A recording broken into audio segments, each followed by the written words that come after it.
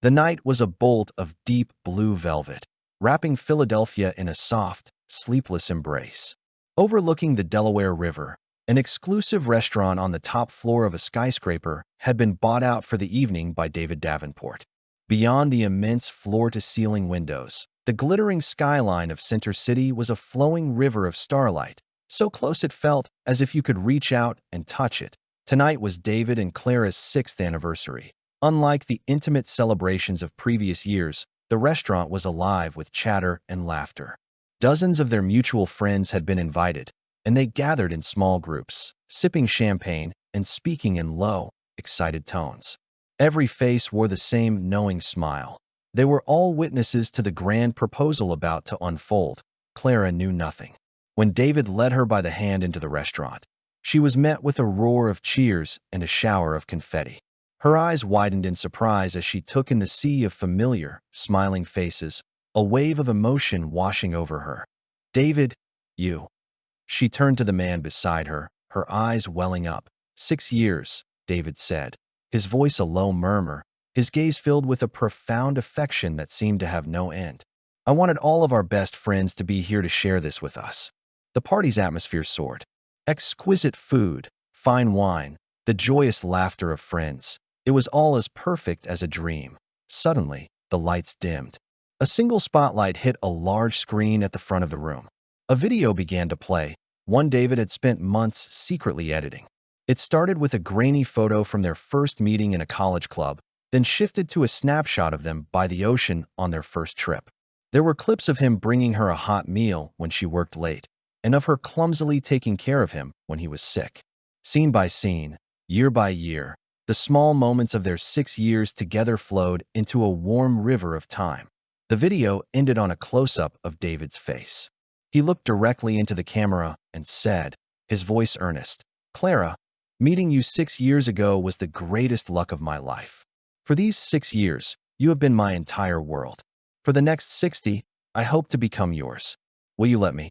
The lights came up, and every eye in the room turned to the center of the restaurant.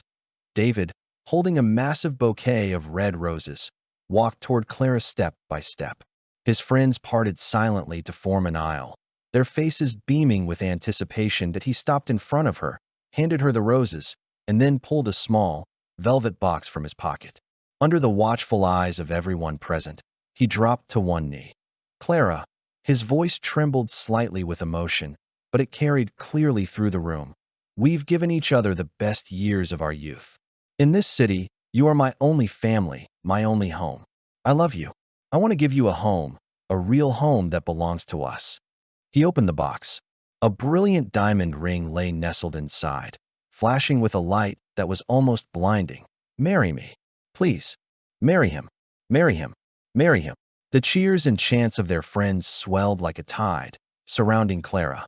Clara clutched the fragrant roses, looking at David on one knee, at the raw, devout, and passionate love in his eyes. Her heart was a tangled mess of overwhelming emotion and a strange, inexplicable panic that it wasn't that she didn't love him. Over 6 years, this man had become a part of her, woven into the very fabric of her life.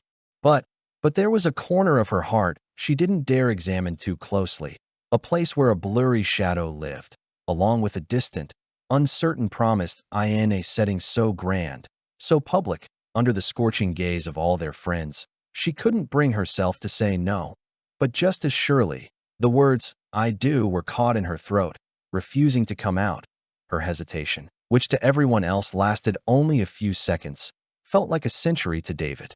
The cheering slowly died down, and the atmosphere grew delicate, fragile. The smile remained on David's face, but the light in his eyes began to dim, bit by bit. Clara took a deep breath and finally reacted. She reached out, gently helping David to his feet. Her voice was so quiet it was nearly lost in the background music. "David, thank you. Just get up first. Everyone is watching." Her voice held a trace of evasion that was impossible to miss. The gesture, the answer, it was a gentle refusal. David slowly straightened up. He didn't press her. He simply put the open ring box back into his pocket.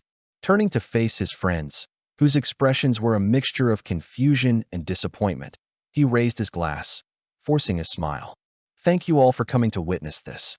Looks like I got a little ahead of myself. No matter, good things take time. Come on, let's keep this party going." Though he acted nonchalant, the immense disappointment and embarrassment rippled through the air. The party's energy never recovered. Late that night, after seeing the last of their friends off, they returned to their apartment. David didn't prepare a glass of warm water and makeup remover for her, as he usually did. He just walked to the living room window alone, silently gazing at the cityscape. Clara wrapped her arms around him from behind, pressing her cheek against his back. "David, I'm sorry," she whispered. I was overwhelmed. I wasn't ready for something so public." David didn't turn. His voice was calm, devoid of any emotion. "It's okay. I understand." He said he understood, but Clara could feel the tension in his broad back, how rigid and cold it was. She knew this grand proposal, ending in such a humiliating way, had wounded him deeply, but she didn't realize that while the wound was deep, it wasn't fatal. The true killing blow, the blade named Truth, was yet to fall. After the failed proposal, the air between them grew thick with unspoken things. David never brought it up again. He continued to make her breakfast, remind her to take an umbrella, and leave a light on when she worked late. His thoughtfulness was as constant as ever, but Clara could sense that beneath the gentle surface, something was quietly cooling. It was like a piece of hot iron plunged into the deep sea, its heat silently extinguished. She was consumed by guilt, but didn't know how to fix it. She could only try to be twice as good to him, to mend the crack she had created with her own hands. A week later, on a Saturday afternoon, Clara was having coffee with her best friends, Zoe and Olivia, at a trendy cafe. Sunlight streamed through the large windows, and the air smelled of coffee and pastries. "Seriously, Clara, David went all out for you, and you still didn't say yes. That's cold," Olivia said, stirring her latte and breaking the idle chatter. "If I had a boyfriend that handsome, that successful, and who worships the ground I walk on, I'd be pinching myself to make sure I wasn't dreaming." Clara forced a bitter smile, picking up a macaron she had no appetite for. I just felt it was too sudden. I wasn't prepared." "Prepared? You've been together for 6 years. What's there to prepare for?" Zoe cut straight to the point. "Let's be real. You're still thinking about Dannis Vance, aren't you?" The name hung in the air. Clara froze, as if someone had hit pause on her life. Zoe sighed, her tone softening. "Clara, we grew up together. You think we don't know what's on your mind? Dannis's 30th birthday is next month. Isn't he supposed to be coming back from Paris?" "Yeah, that's right." Olivia leaned in, lowering her voice. "I remember it perfectly. At the graduation party, he put his arm around you and told everyone that if he wasn't married by 30, he was going to marry you. We all heard it." A faint blush crept up Clara's cheeks, her heart skipping a beat. The promise, buried deep in her memory, was unearthed by her friends, and it still had the power to send ripples across the calm surface of her heart. He was drunk. "It was just nonsense. I can't believe you guys still remember that," she argued, but her eyes drifted unconsciously to the window. "Nonsense? It looked like you took it to heart," Zoe said, her expression a mix of sympathy and frustration. "But honestly, I heard from a friend the other day that Dannis has had a steady stream of girls around him in Paris. So, Clara, don't be a fool. The man right in front of you, David, he's the one you should be building a life with." Clara's heart sank, a sharp, painful pang. A stream of girls? The word stung, but she quickly tried to reassure herself. It was just a rumor. Dannis was too pure for that. Their entire conversation drifted into the ears of David Davenport, who had just walked through the door. He had come to pick Clara up. He'd finished work early and wanted to surprise her, so he hadn't called ahead. He pushed open the door, saw Clara and her friends by the window, and heard every word he was never meant to hear. He stood there, his hand still on the doorknob, feeling as if he'd been struck by lightning. Dannis Vance. The 30th birthday pact. The fragmented phrases were like keys, instantly unlocking the confusion of the past 6 years. Why had Clara always refused his proposals? Why did her eyes always flicker away when he talked about the future? Why did she stare blankly at her phone when news from France popped up? Why had she never been curious about his family, his past, as if his identity didn't matter as long as he stayed in Philadelphia? So that was it. His 6 years of devotion, what he thought was a meeting of souls, was nothing more than a placeholder, filling the empty space while she waited for someone else. He was the backup plan. Safe, comfortable, and always there. As long as the real one hadn't returned, he could continue playing the part of the perfect boyfriend. An Arctic chill shot up from his feet and spread through his entire body. He felt no anger, no hysterical urge to confront her. There was only the ice-cold clarity of waking from a long dream. He saw himself as an outsider, watching the 6-year one-man show of devotion he'd starred in, and found it utterly absurd. Utterly laughable. He didn't go inside. He backed out of the cafe, silent and unseen. As if he had never been there at all, he walked to the corner convenience store, bought a pack of Marlboros, and lit one. It was the first time he'd smoked in 7 years. The harsh smoke seared his lungs, sending him into a violent coughing fit that made his eyes water as he looked at the cafe, where Clara was laughing with her friends, bathed in the afternoon sun, a picture of serene beauty. And he was a ghost, trapped outside the glass. The crack that had formed during the failed proposal a week ago was, in this moment, shattered by the brutal truth that he knew it was time to go home. David didn't come home that weekend. He sent Clara a text, saying only that there was an urgent project at work and he had to stay overnight. Clara didn't suspect a thing, just told him to take care of himself and not to work too hard. She would never know that at that very moment, David was standing alone on the banks of the Delaware River at midnight. The damp, cold wind whipped through his hair, trying in vain to scatter the fog in his mind.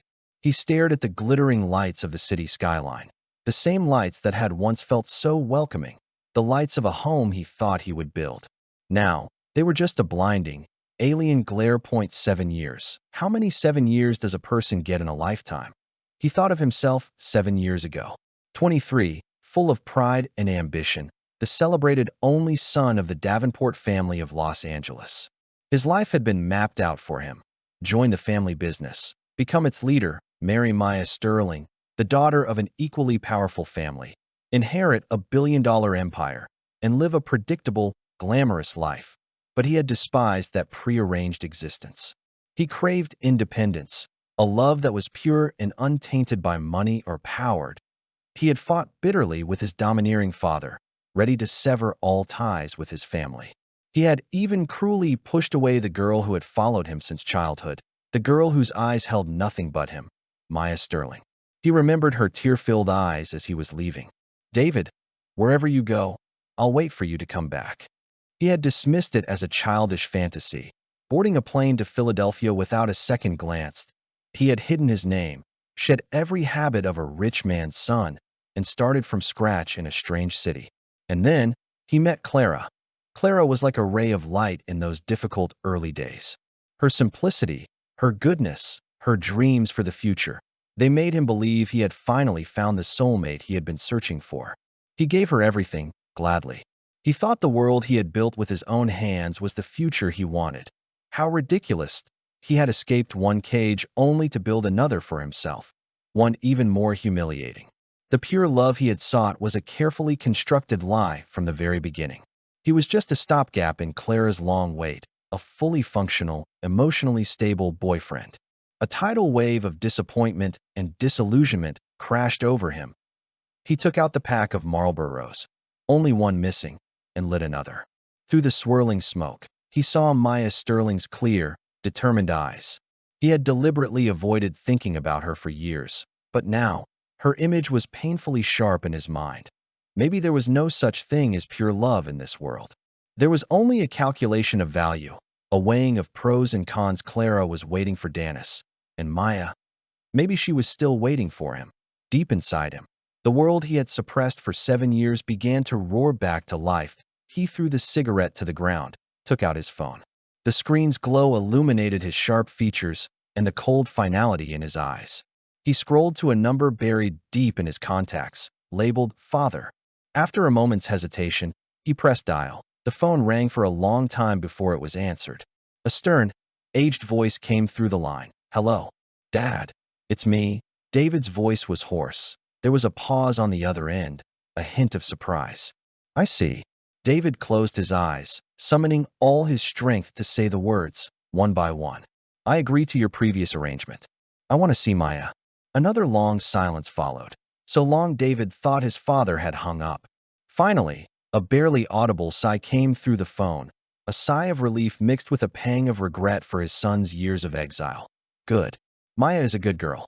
She's been waiting for you. I'll make the arrangements. Okay. When are you coming back? David opened his eyes. He glanced at the distant apartment building where he and Clara had lived for 6 years. A light was on. In a month, he said calmly. Dannis Vance's birthday was in a month, wasn't it? He wanted to see the end of this farce with his own eyes. He wanted to use this month to draw a final, definitive line under the last 7 years of his life. After hanging up, David watched the boats on the river, feeling himself performing a final, complete farewell to the city and to the man he had been for the past 7 years. The countdown had begun. The day after his midnight vigil, David returned to being the man Clara knew. The gentle smile was back on his face, as if the disastrous proposal and the night he didn't come home had never happened. He still made her warm milk and perfectly toasted bread in the morning, straightened her collar before she left, and listened patiently when she complained about work, offering his usual thoughtful advice. He was even more attentive, more tender than before. His gentleness was so meticulous that Clara felt almost overwhelmed by it. She attributed it to her own efforts to soothe him, believing he had come to terms with her hesitation and was willing to give her more time. She accepted his redoubled affection without a second thought, while deep inside, her anticipation for Dannis's return grew like a vine in spring, silently, wildly. She started checking the weather in Paris, browsing French news, and even found herself looking at men's clothes in stores, imagining how they would look on Dannis. Completely absorbed in her own world, she failed to notice that beneath David's gentle facade was a heart that had grown cold, a mind executing a precise and final departure protocol. That a silent farewell ceremony had begun in the apartment filled with 6 years of shared memories. David started to erase his traces. His actions were calm and methodical, like a surgeon precisely excising every connection to this apartment, to this woman. He started in the study. The business and philosophy books he had read and reread, the ones with his notes in the margins, were taken down one by one and packed into cardboard boxes. He scheduled pickups with a courier service, and while Clara was at work, he sent them in batches to a holding address, from where they would be forwarded to his family home in Los Angeles. Next was the closet. His clothes for every season, his ties, cufflinks, and watches were all neatly organized. He began packing away the clothes he wouldn't be wearing soon, like heavy winter coats and cashmere sweaters. David, are you packing up winter clothes already? It's a little early, isn't it? Clara asked, coming home early one day and finding him in the middle of it. Yeah, David said without looking up, his expression perfectly natural. Fall is coming. Just wanted to put the summer stuff away and clear out some space. You have so many clothes, there's barely any room left. The excuse was flawless. Clara laughed and playfully punched his arm. You spoil me. She didn't notice that the clothes he packed away were never put into storage. They quietly left the apartment the very next day. On the balcony was a mint plant he had tended for 3 years. Clara loved to pluck a few leaves to put in her water in the summer. One weekend, David took the plant, pot and all, and gave it to the friendly doorman downstairs. He told Clara he was worried about pests getting into the apartment. He even began to sever the intangible connections. On his computer, there was an encrypted folder filled with every photo they had taken together over 6 years. He didn't delete it. He compressed the entire folder, uploaded it to a secure offshore cloud server, and then permanently wiped every trace of it from his local drive. Every move was silent, yet resolute. Clara remained oblivious, interpreting David's occasional preoccupation as stress from work or the emotional aftermath of the failed proposal. She had no idea that this man was using the calmest, most brutal method to methodically, completely, erase himself from her life. If packing clothes and books was the removal of physical traces, then severing the intangible connections woven into the fabric of their life required an even colder resolve. David began to dismantle their most fundamental link. Their finances. They had a joint bank account. Each month, they would both deposit a portion of their salaries to cover rent, utilities, and daily expenses.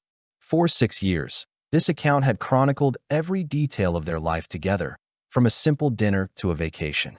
It was the ironclad proof of their shared existence. One weekday afternoon, David took a half-day off and went to the bank alone. That he sat in the private client office, calmly informing the bank manager that he wanted to liquidate and close the joint account. The manager, a woman who had known them for years, smiled.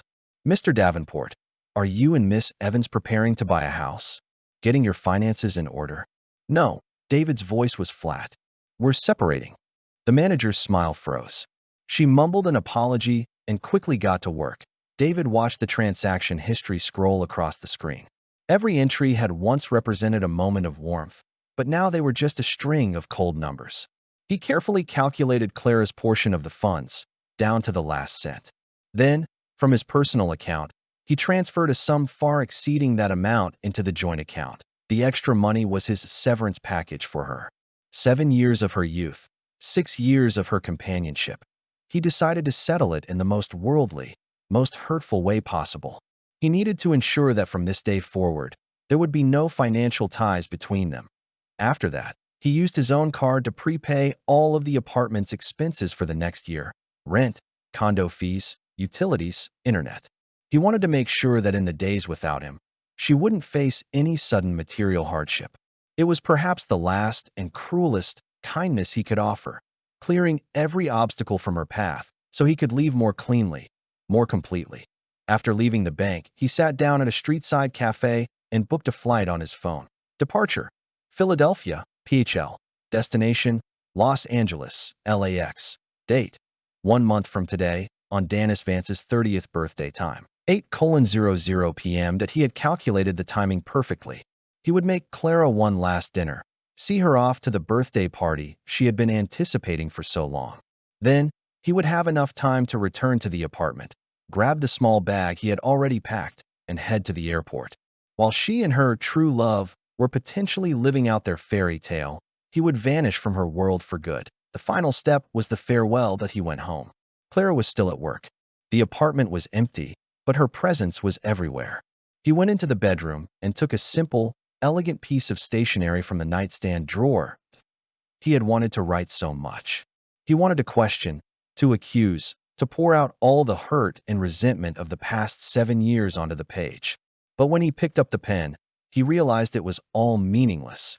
For someone who didn't have you in their heart, words were pointless to in the end. He wrote only a single line, his handwriting calm and restrained. "Clara, I hope you get everything you ever wished for. All these years, I truly did love you. Goodbye." No signature, no date. That he folded the note, placed it in an envelope, and slipped the bank card, now funded with her severance and completely disconnected from him, inside with it. He placed the envelope deep inside his own nightstand drawer, a place she would never think to look. When he was done, he looked around the home he had personally decorated, a space filled with the details of their life together, and felt nothing. The surgery was complete. All connections had been severed. All that remained was to wait for the predetermined time, and then press execute. His every action was precise and merciless, like a pre-programmed algorithm. And Clara, the target about to be deleted by the program, remained blissfully unaware, happily living in her fantasy of the future. Time, in David's calm countdown and Clara's giddy anticipation, moved steadily toward the final day. Dannis Vance's 30th birthday had arrived. The morning sun was particularly bright.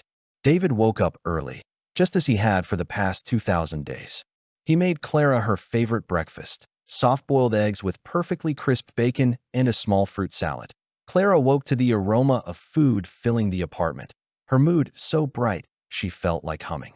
She wrapped her arms around David from behind as he was plating the food, affectionately rubbing her cheek against his back. "Good morning, my dearest Mr. Davenport." David's body tensed for a fraction of a second before relaxing. He turned, his face wearing its usual gentle smile. "Good morning. Go get ready. Don't you have a hair appointment after breakfast?" "Yes, sir." Clara laughed, kissing him on the cheek before fluttering into the bathroom like a happy butterfly. During breakfast, Clara chattered excitedly about the party that night, about the old friends she would see, and, of course, she carefully, casually, mentioned the man of the hour, Dannis. David just listened quietly, nodding along, his expression unreadable.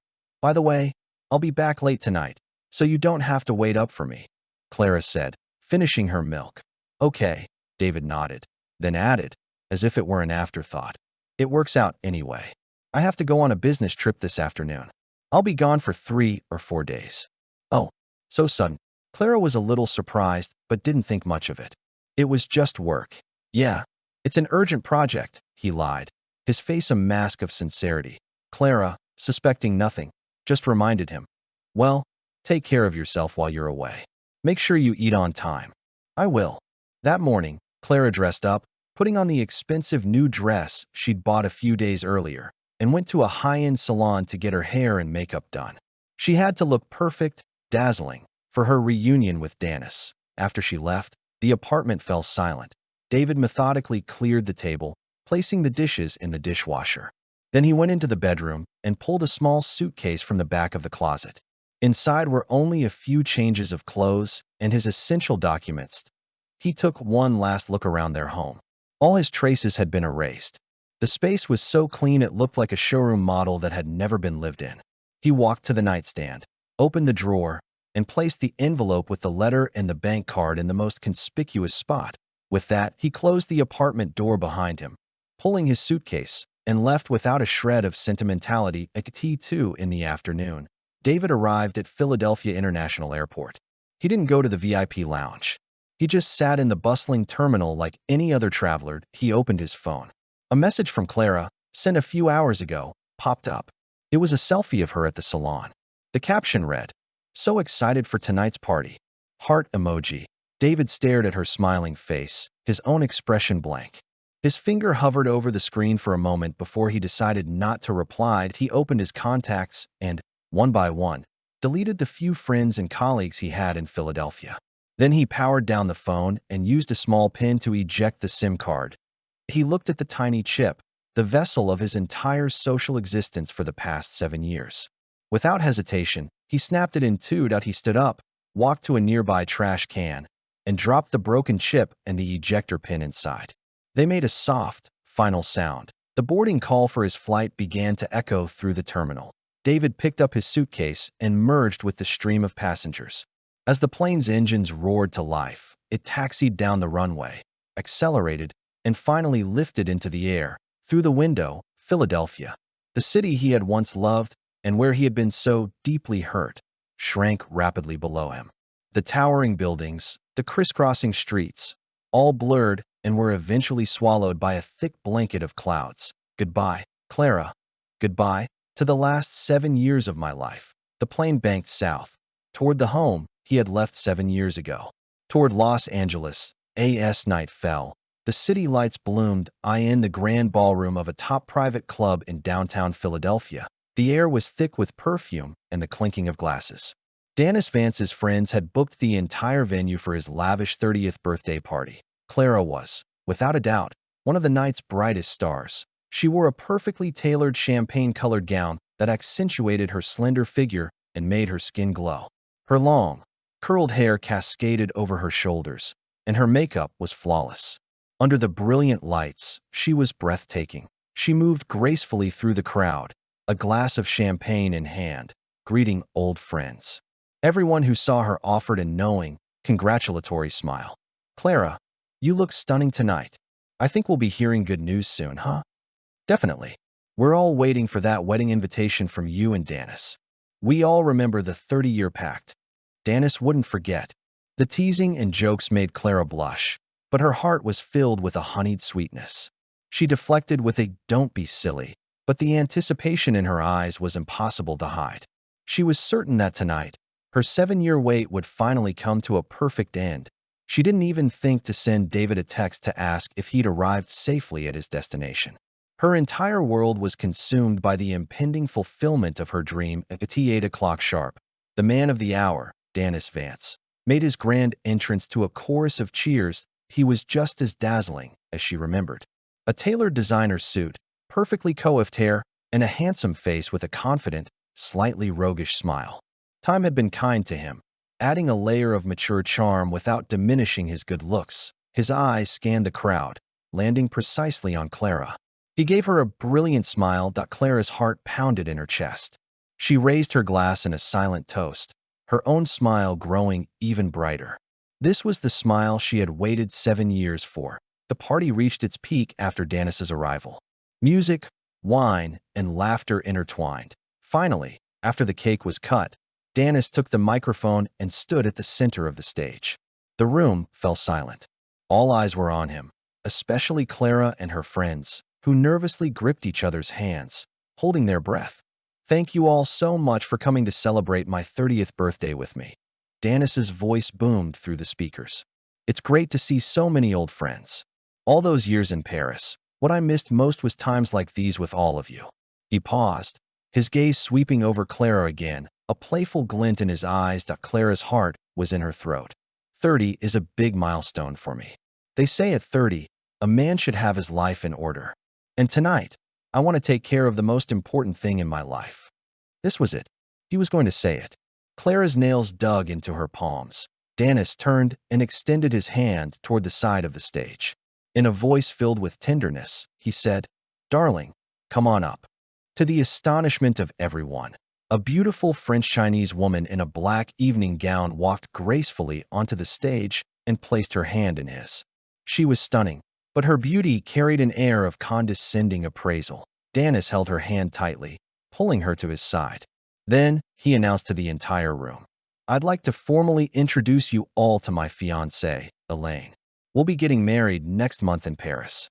He even added, with a boastful, half-joking tone, "Looks like I'll be staying in France for good. I'm basically marrying into her family. So when you all come to Paris to visit, I'll be sure to show you a good time." A bomb went off in Clara's world. The rumors of him marrying for money were confirmed by his own mouth, in a tone of pride. The so-called 30-year pact was, from beginning to end, a joke she had tragically mistaken for a promise. The looks from her friends instantly became a complex mixture of pity, embarrassment, and even a hint of schadenfreude. Their gazes were like poison-tipped needles, stabbing her, making her feel utterly humiliated.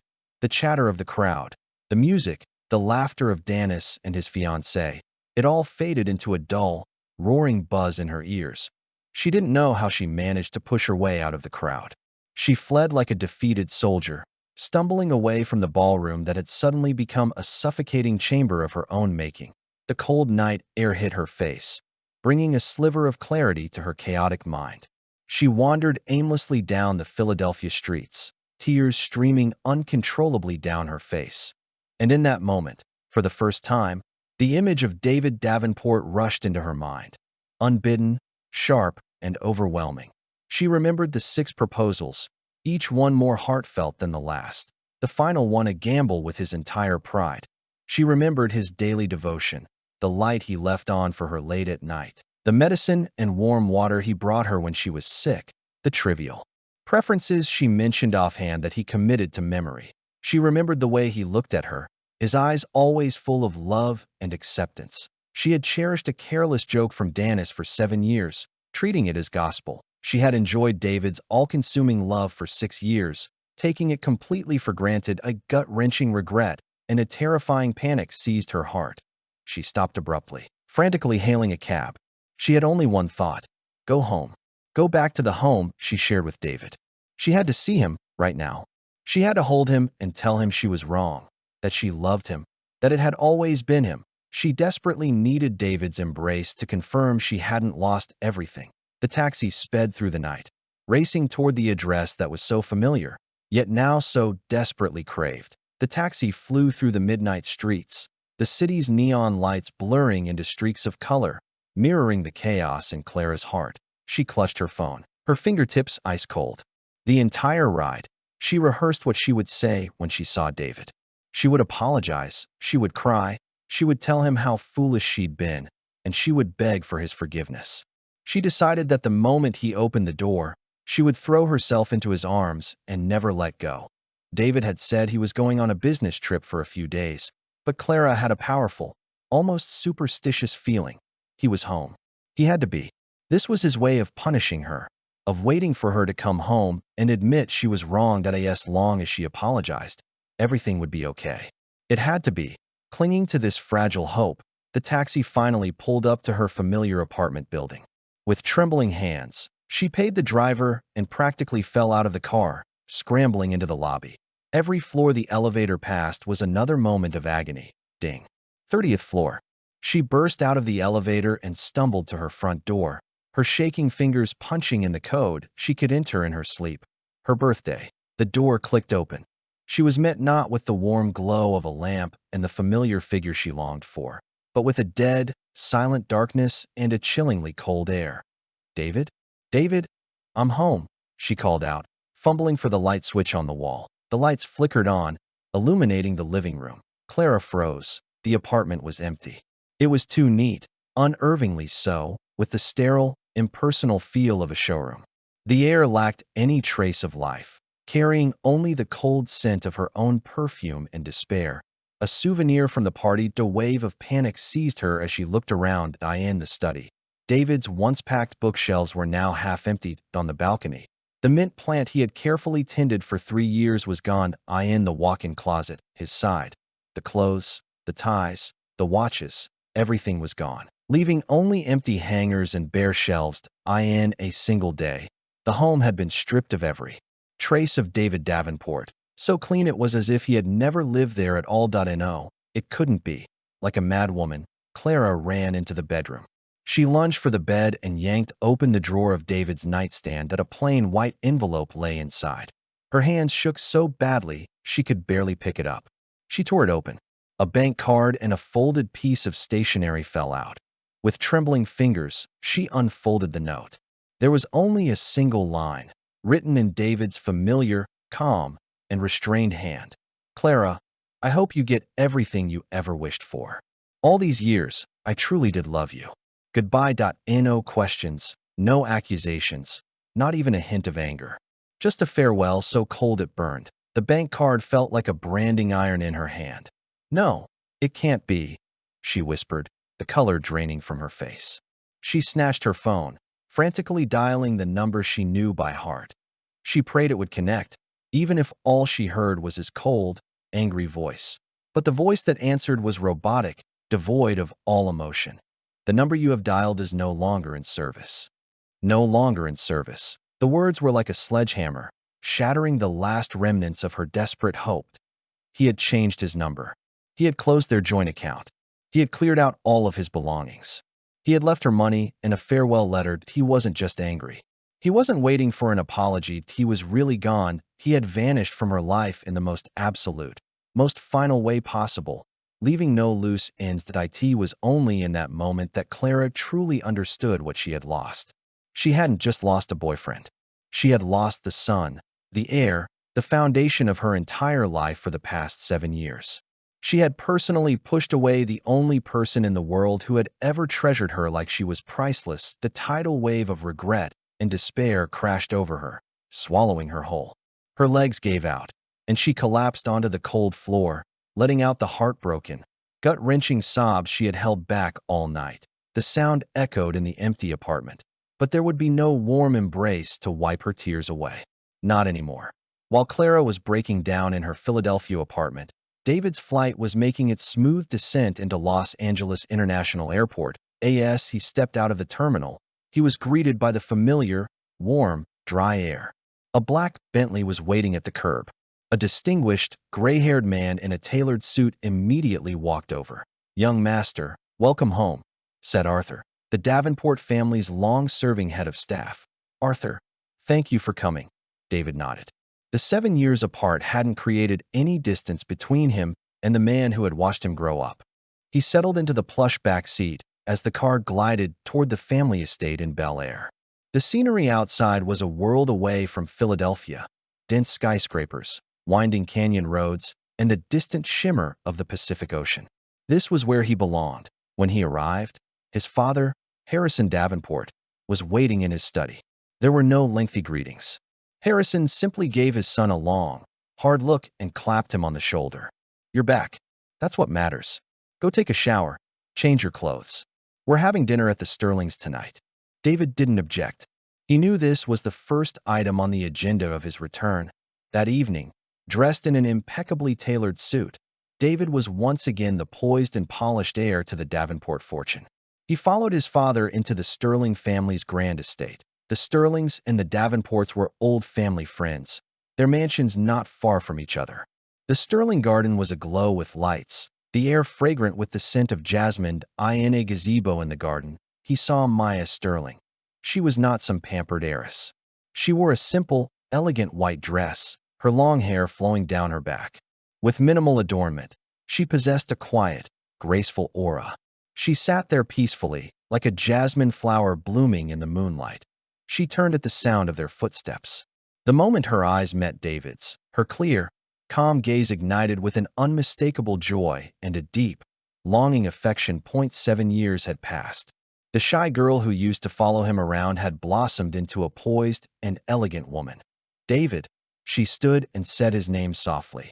Her voice was just as he remembered, gentle and sweet. The parents tactfully found an excuse to leave, giving the two of them space. David walked toward her, a strange nervousness fluttering in his chest. Maya, it's been a long time. Maya didn't ask him where he'd been for 7 years. She didn't complain about his abrupt departure or mention his past. She just looked up at him, her eyes shining with unshed tears, and said in a tone of profound relief, "You're back." 3 simple words, yet they held 7 years of waiting and endless longing. They walked side by side through the garden, the atmosphere comfortable and familiar. They talked about their childhood, about old friends, about how much Los Angeles had changed. Their conversation was filled with shared memories and an unspoken understanding. "Do you remember that time you took me to pick wild berries in the hills, and you got stung by a bee and cried your eyes out?" Maya said with a laugh. "I remember." David smiled, the first genuine smile he'd had since returning. "And I had to carry you all the way home. You were a lot heavier back then." "I was not." Maya shot him a playful glare, her eyes crinkling at the corners with girlish charm. David looked at the woman before him, at the pure, undisguised love in her eyes, and felt a hard, frozen part of his heart begin to thaw as he thought of Clara. Clara smiled often, too, but her smile always seemed to carry a hint of distance. She had never cared about his past, never wanted to be a part of his world. Maya was different. She was a part of his world. Her love was rooted in the deep understanding that came from growing up together, a steadfast devotion that remained unchanged no matter what he did or where he went. It was a sense of belonging that was incredibly grounding, incredibly reassuring. "I'm sorry, Maya." David stopped walking and looked at her seriously. "Back then, I was wrong." Maya shook her head, the light in her eyes gentle but firm. "It's okay, David. I knew you just needed to see the world for yourself. I always believed you would come back one day." She paused, gathering her courage, and asked softly, "So this time, are you staying?" David looked at the cautious hope in her eyes, and his heart stirred. He reached out and, for the first time, gently took her hand. It was cool but soft. "I'm not leaving again," he promised, his voice firm. This time, it was a promise not just to her, but to himself. He was done being the David who built a world for someone else in Philadelphia. He was ready to be the David from Bel Air, the one who could build a world for Maya Sterling. For those immersed in happiness, time is a fleeting stream. For those living in regret, it is an endless torment. For the next 3 months, Clara and David lived in these 2 completely different dimensions of time. In Philadelphia, Clara's world collapsed into a futile search. For the first week, she frantically contacted all their mutual friends, only to receive the same, startlingly consistent answer. "David? I haven't heard from him in ages. He didn't tell me he was going anywhere." She realized, belatedly, that David had quietly faded from their shared social circle long ago. She went to the company where he used to work, but the receptionist politely informed her that Mr. Davenport had resigned a month ago. As for his whereabouts, that was personal information the company could not disclose. She refused to give up, even hiring a private investigator. But it was as if David had vanished from the face of the earth. There were no records of his ID or passport being used anywhere in the country. The investigator finally told her, apologetically, that her target had likely left the country. An international search would be astronomically expensive and offered little hope of success. Hope dwindled day by day. She continued to live in the apartment, the one David had paid a year's rent on. But it was no longer a home. It was a prison, confining her with her regret. Every object in the apartment was a reminder of him, a constant, painful testament to what she had lost. She would open the refrigerator and see the imported milk he had bought because it was her favorite. She would walk into the bathroom and see the spare toothbrush he had left for her on the counter.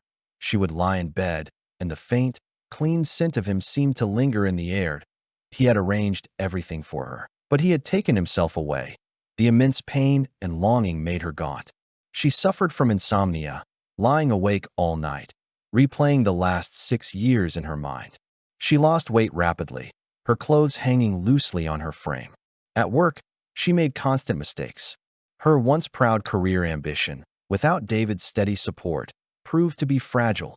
She realized, with a crushing sadness, that her so-called independence and success had all been built on the stable foundation David had provided.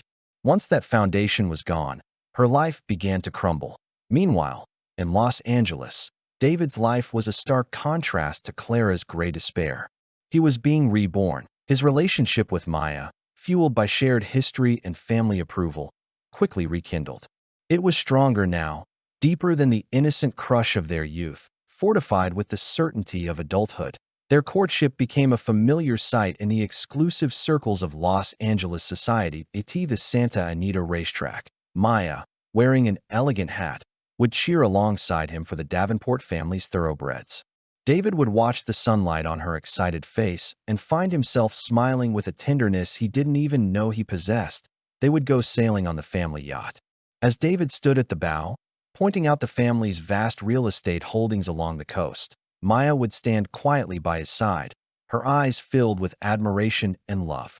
She understood his ambition and the weight of his responsibilities. They were inseparable at business forums and charity galas. Maya was no mere accessory. A graduate of a top business school, she had sharp insights of her own. Once, during a discussion about an overseas acquisition, David was hesitant. Maya, from a risk management perspective, pointed out several fatal flaws in the proposal. Her analysis was so astute that even the senior members of the family board were impressed. In that moment, watching Maya speak confidently before a room of powerful people, David felt a surge of pride and contentment he had never known. This was the partner he needed, someone who could stand with him, shoulder to shoulder, against any storm. A lover who understood his world, whose soul resonated with his. Maya's love was a gentle, powerful medicine, quietly healing the wounds he had sustained in Philadelphia. Every day with her felt easy, solid, and complete. The 7 years in Philadelphia began to feel like a bizarre, distant dream. Now he was awake. He was back where he belonged, with the person he was meant to be with. Picking up where they had left off. 3 months later, they were sitting at a terrace restaurant in Malibu, watching the sunset paint the ocean in hues of liquid gold. David gazed at Maya, who was watching the horizon, and felt an unprecedented sense of peace and determination. In 3 months, she had pulled him out of the mire of his past with her gentleness and understanding, helping him find his way again. "Maya," he said suddenly, his voice low and serious. She turned to him, her clear eyes questioning. David took a velvet box from his pocket and slowly opened it. Inside was an elegantly designed diamond ring. The main stone caught the light of the setting sun, glowing with a warm, brilliant fire. "I took a long detour these past 7 years. I made a lot of mistakes," he said, his gaze locked on hers, his voice filled with sincerity. "But now, I've finally found my way home. Maya, will you marry me? Will you let me spend the rest of my life making up for your 7 years of waiting and give me the chance to protect you, always?" He didn't get down on one knee, but the gravity in his eyes and the weight of his words were more sacred than any ceremony. Tears welled in Maya's eyes, but she was smiling, a smile more radiant than the sunset itself. She didn't speak. She just nodded, firmly, decisively. David took the ring, lifted her left hand, and solemnly slid it onto her ring finger. It was a perfect fit. As if the ring, like its owner, had been waiting for 7 years. During the gloomy, rainy season in Philadelphia, Clara felt like she was molding from the inside out. For 3 months, she had been living like a ghost. By day, she forced herself to go to work, operating like a soulless machine. By night, she returned to the empty apartment and let the boundless regret and longing consume her. She would dial the disconnected number over and over and read David's final letter until the paper was wrinkled and stained with her tears. She couldn't understand how someone could leave so completely, so decisively, as if their 6 years together were nothing more than a game file that could be deleted at any time. One afternoon, as she was staring blankly at her computer screen, a financial news alert popped up on her phone. She was about to swipe it away, but a name in the headline stabbed her like a needle. Headline: A Union of Titans. David Davenport, heir to LA's Davenport Holdings, to wed Maya Sterling of the Sterling Group next week. David Davenport? Clara's heart seized. Was it just a coincidence? Los Angeles? Corporate heir? With a trembling hand, she tapped on the article. The report detailed the immense commercial power of the Davenport and Sterling families, stating that their union would reshape the business landscape. The accompanying photo was of David and Maya at a recent gala. In the picture, David was wearing a perfectly tailored black tuxedo, his hair impeccably styled. He looked poised and confident, with an air of aristocratic authority she had never seen before. This was not the gentle boyfriend who had cooked for her in Philadelphia. This was a true scion of a powerful dynasty. Beside him, Maya Sterling wore an elegant white gown, her arm linked intimately with his, a graceful and happy smile on her face. They looked perfect together, a match made in heaven. Clara stared at the familiar yet alien man in the photo, feeling the blood freeze in her veins. So, his name was Davenport. Heir to the Davenport Holdings in Los Angeles. So, he wasn't without a family.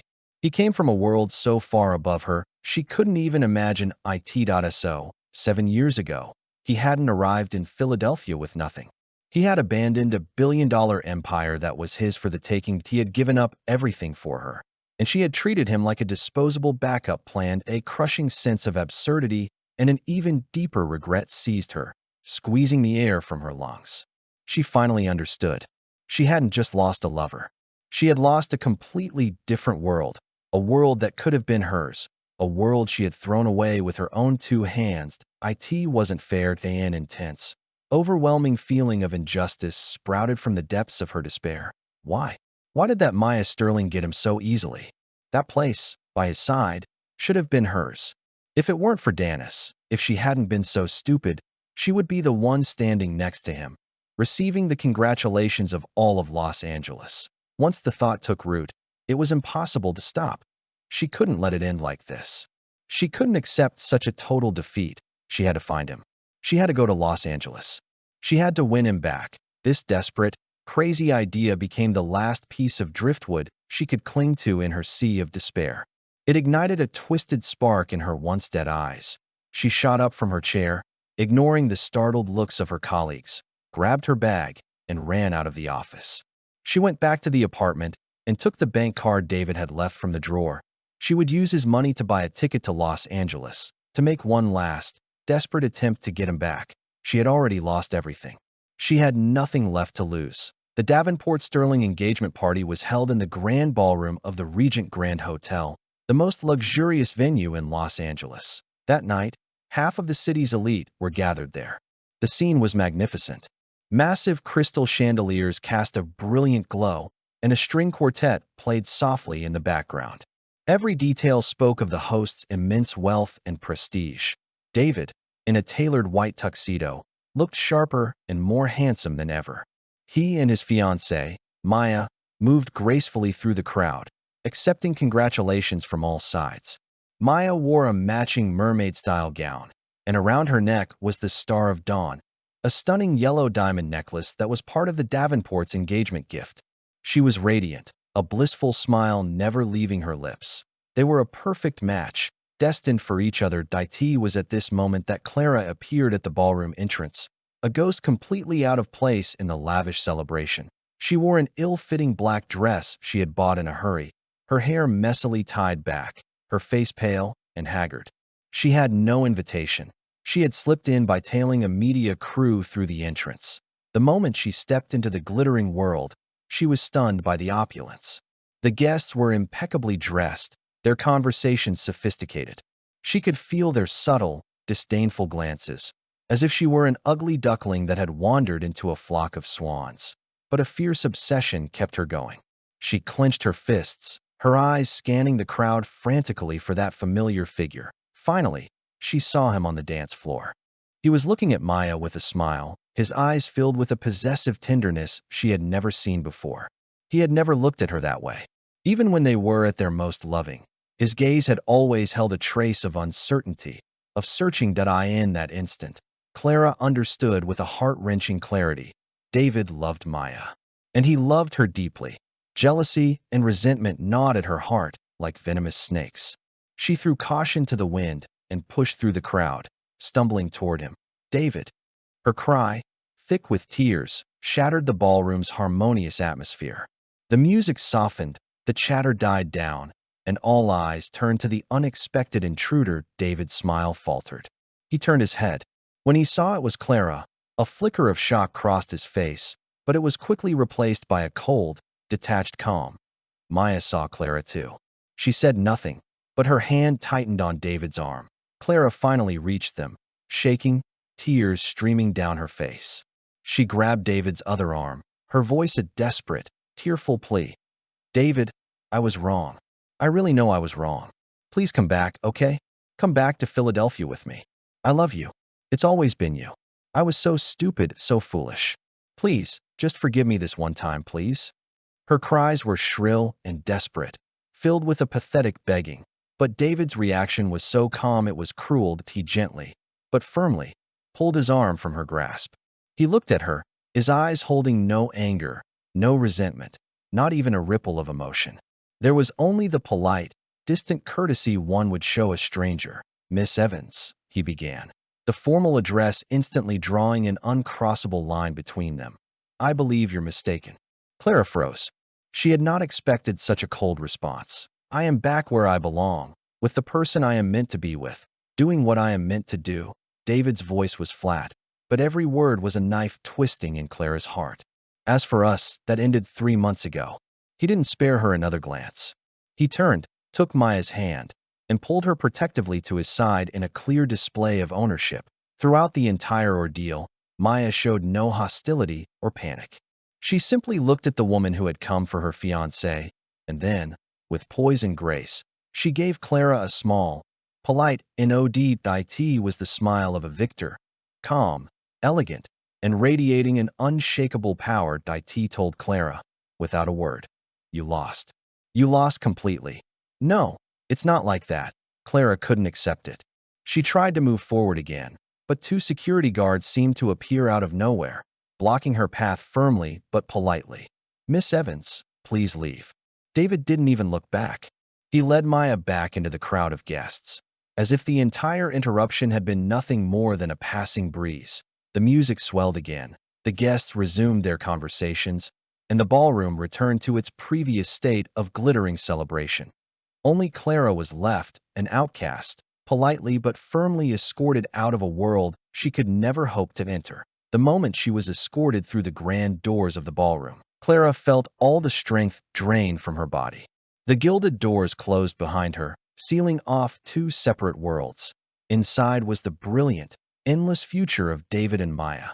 Outside was just her, and a vast, cold darkness. She walked aimlessly through the hotel plaza, the night wind chilling her through her thin dress. She didn't know where to go.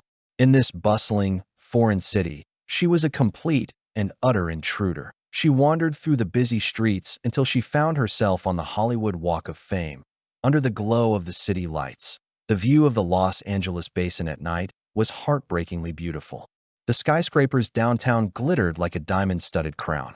It was the landscape David had grown up with, and she was seeing it for the first time tonight, as a failure. She found an empty bench and sat down, staring blankly out at the sea of lights.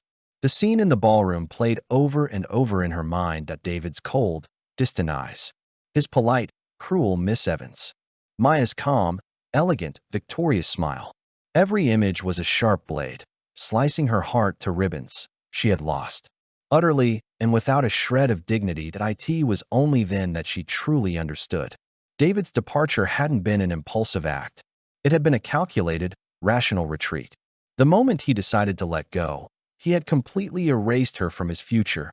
Her attempt to win him back was nothing more than a humiliating farce. Tears fell silently again, landing on her cold hands. She thought back to years ago, when she and Dannis were just kids. Dannis was always the star, and she was just one of his many admirers. The 30-year pact was probably just a careless joke he'd made to appease his followers. Only she had taken it seriously, foolishly making that hollow promise the ultimate goal of her life. For that goal, she had accepted David's love as her due, taking his devotion for granted. She had used him as a safe harbor during her long wait, never considering that the harbor might one day tire of her and choose to set sail. She had spent 7 years waiting for a promise that would never be kept, and in doing so, she had pushed away the best man in the world, a man who had once treated her as if she were a treasure. Now, the dream was over. The man she had waited for had chosen to marry into wealth in another country. The man who had waited for her had returned to his own world.